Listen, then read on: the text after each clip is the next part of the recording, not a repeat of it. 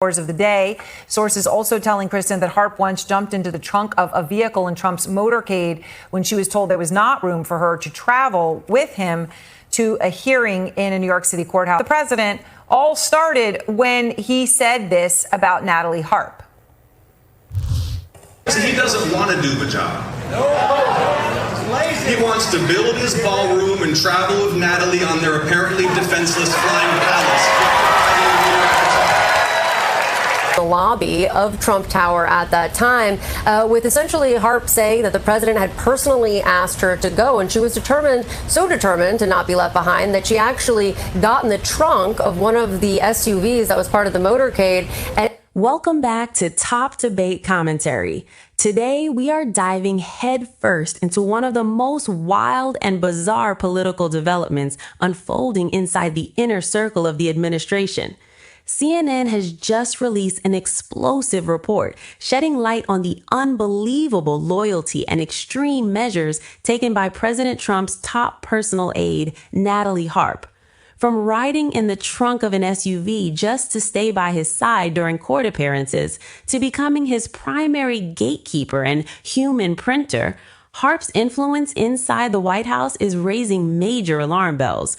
We're going to break down the full sequence of events, analyze the intense panel debate surrounding her unprecedented access, and unpack what this bizarre dynamic reveals about power, loyalty, and access at the highest levels of government. Stick around as we break down all the drama step by step. So, Kristen, what more are you learning about Natalie Harp tonight? I understand you've got a very specific story here that sheds some light on this very important staffer. Well, it just shows you how much she cares about President Trump and how she wants to be in proximity to him. This was back in 2023 when President Trump was in court in New York, and he was going down to head to the courthouse, and the motorcade was waiting outside of Trump Tower when staffers realized that there weren't enough seats for Natalie Harp. They hadn't accounted that she would be going down to the courthouse, and she was told that. Now, a screaming match then ensued in the lobby of Trump Tower at that time, with essentially Harp saying that the president had personally asked her to go, and she was so determined to not be left behind that she actually got in the trunk of one of the SUVs that was part of the motorcade and sat there. It's almost like a cargo hold, and that was according to multiple sources and to a photo that I obtained and reviewed that showed the space that she had been in and her sitting there. It was really an extraordinary moment for so many people around President Trump,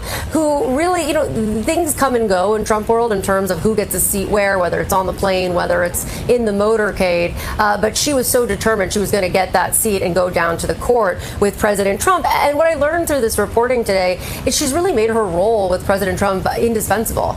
She is the one who deals with lawmakers and allies and government liaisons. She is texting them messages from President Trump, articles that President Trump wants these lawmakers to see, and vice versa. They are reaching out to her if they want to get in touch with President Trump, if they want him to see something. She's known as the human printer in part because she is constantly printing out information for him so he has it at his fingertips. One of the things that a source told me is that he's often used how fast Natalie Harp is. Now, part of that is the fact that she is in proximity to President Trump all of the time. We often see her when we go to these Oval Office events. She's standing just on the periphery of the room, smiling, nodding along as President Trump is speaking. And it really goes to her devotion. Now, I did talk to some people who said that she has ruffled feathers throughout her tenure with him, both on the campaign and at the White House, in particular because she insists that her boss, that she only reports to President Trump, but she is actually a White House staffer. And there are a plethora of other White House staffers who actually operate within the chain of command. But she seems to exist kind of in a different plane here, given the role that she's carved out for herself. And she is uniquely influential in this White House, and particularly when it comes to President Trump. And as you point out, Kristen, someone who's uniquely influential with the President of the United States is an important person for everyone to understand who they are and what they are. So thank you very much. I appreciate it, Kristen. And everyone's here with me. So Paul. Starting off in our first segment, the panel immediately gets into the startling backstory of how Natalie Harp transformed from a little-known political activist into one of the most indispensable figures in President Trump's daily life. Host Aaron Burnett opens the coverage by walking us through the origin story, specifically how Harp credited Trump's 2018 Right to Try Act with saving her life during her battle with stage 2 bone cancer. That personal debt of gratitude evolved into an unwavering personal loyalty. The panel highlights how Harp transitioned from hosting on One America News to essentially managing the president's personal flow of information. What's captivating here is the visual breakdown of her day-to-day role. She is literally nicknamed the human printer, trailing the president with portable printing gear, paper, and extra batteries to ensure he receives real-time news clippings and social media feedback. Panelists debate whether this level of devotion represents pure personal loyalty or a dangerous filter through which presidential information is curated. As the discussion deepens, we see the panel clash over the line between dedicated staffers and gatekeepers who shield a leader from outside perspectives. The visual presentation of her evolution on the national stage sets a critical baseline, showing us that her proximity to power isn't accidental, but rather built on a unique emotional and ideological bond that few other White House aides possess. Kristen has a photo, okay, of Natalie Harp in the trunk of that SUV, right in that back kind of crawl space, between the back seats, I guess, and the back. It's tight back there. To go along with the president because she said that he wanted her there. She reports, Kristen, on this screaming match that it happened in the lobby of Trump Tower. So, okay, how concerning is this? I think it's pretty concerning. I mean, it's disconcerting. It's troubling. It's potentially. The woman was in the trunk of a vehicle. I think there's a security concern. I'm surprised the Secret Service allowed it. And I think I take a bigger step back. Politically, I think she is fair game because she's in such close proximity to the president. He's the commander-in-chief. We're at war. The public has a right to know who she is, what her role is. But I think about the standards here. He does not have a good record on how he treats women. And if that was my daughter and I found out she was in the trunk and she's been asked to do that, I would question everybody involved. Mark, it's interesting here, as in the context here of who she is, what Kristen's reporting. She's the person that world leaders will text when they want to make sure that something gets in front of the president because she has this unique access, right? She has a really important role. Maybe Americans are just finding out about it because of MaggieHaberman, Jonathan Swan, and the catering truck. Right. But they should know about her. She's important. Stories like that are, I think you're right, they are disconcerting and disturbing. Look, I can't really know what, as far as her being in the trunk of the car. I know from being in a lot of different motorcades, we never asked a female staffer to sit in the trunk of a motorcade. But it sounds like Kristen's saying she certainly wasn't asked to. She got there because she may have. Yeah, I don't know. Maybe she said, "I'm going to make myself go, and that's where I'm going to sit." I don't know. Yeah. But the reality is that we know that President Trump is incredibly unorthodox in the way he manages the White House, and there's a lot of people who he's had close to him that he asked to do a lot of things and engage with international leaders. He did that with Dan Scavino a lot in the first administration. I think it's a fair point to say, look, if these are important people they're having these conversations with, that should have public, transparency and accountability to the American people. But I think it is kind of the way that he ran even the first administration. So, what do you say to that, Jamal? Listen, I was a personal aide to a cabinet secretary in the Clinton administration. Traveled a lot with that person all over the country, all over the world, in fact. I never rode in the trunk of a car, right? There's always another vehicle to get into. You can always, find somewhere to squeeze in and to get where you want to go. This just seems very inappropriate. I got to tell you, all of it makes me kind of queasy to even think about it because we're not talking about the things that are actually affecting real Americans' lives, like costs are going up and childcare is 20% of what people pay in their monthly salaries. And instead, we're consumed by the president's personal habits because the president is the one who operates on this sphere. It's not like people are coming and talking about the president and using this language or using these stories because the president's so high-minded. The president's the one who operates kind of in the gutter level of politics, including the official statements that came out of the White House going after Senator Jon Ossoff, the elected representative of the people of Georgia, using language that we cannot use on this show. Too vulgar. And I wouldn't let my child use that kind of language. I said those things, but the other things I'm not even going to quote. I wouldn't let my child use that language, let alone seeing a White House official use that kind of language in public. It's just pretty disgusting. Moving into our second section, the commentary turns toward the unbelievable viral revelation that truly shocked the political landscape, the SUV trunk incident. As the reporting details, during a 2023 court appearance in New York, when motorcade space ran out and senior staffers told her there was no room left, Natalie Harp reportedly got into a screaming match in the lobby and ultimately jumped into the trunk of an SUV just to remain in the president's motorcade. The panel reacts with a mixture of disbelief and deep political analysis. The host points out how this singular event illustrates a radical desire for proximity to power, while panel members dissect what this says about the internal environment of Trump's staff. Was this a demonstration of ride or die loyalty, or does it point to an unhealthy obsession with access? The discussion heats up as legal and political analysts weigh in on how traditional White House protocols break down when staffers bypass standard chains of command. The segment visually highlights recent political attacks, including Georgia Senator Jon Ossoff explicitly referencing her presence in high-level travel, proving that her role has crossed over from internal White House gossip into mainstream political debate.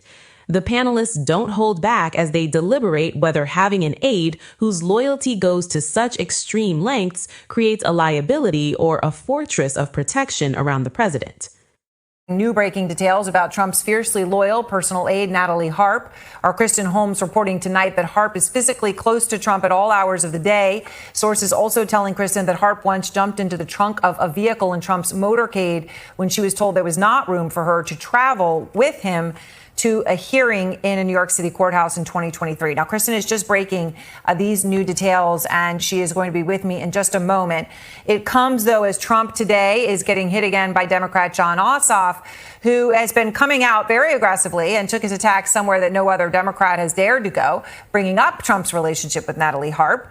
Not long ago, Senator Ossoff was somebody that very few Americans knew of, but he is trying to change that. This is perhaps part of that strategy. Tonight, he is going viral again, not letting up against Trump.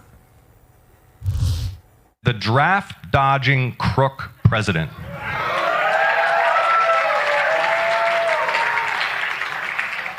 who has plunged our nation recklessly into a war he knows not how to end or to win. I've got 2 little girls at home, and I do not want Eva and Lila to grow up in a world defined by the values of Donald J. Trump. You remember the president promised to bring down prices on day one? I would address the president's few remaining supporters to contrast his promises with the results you've been delivered.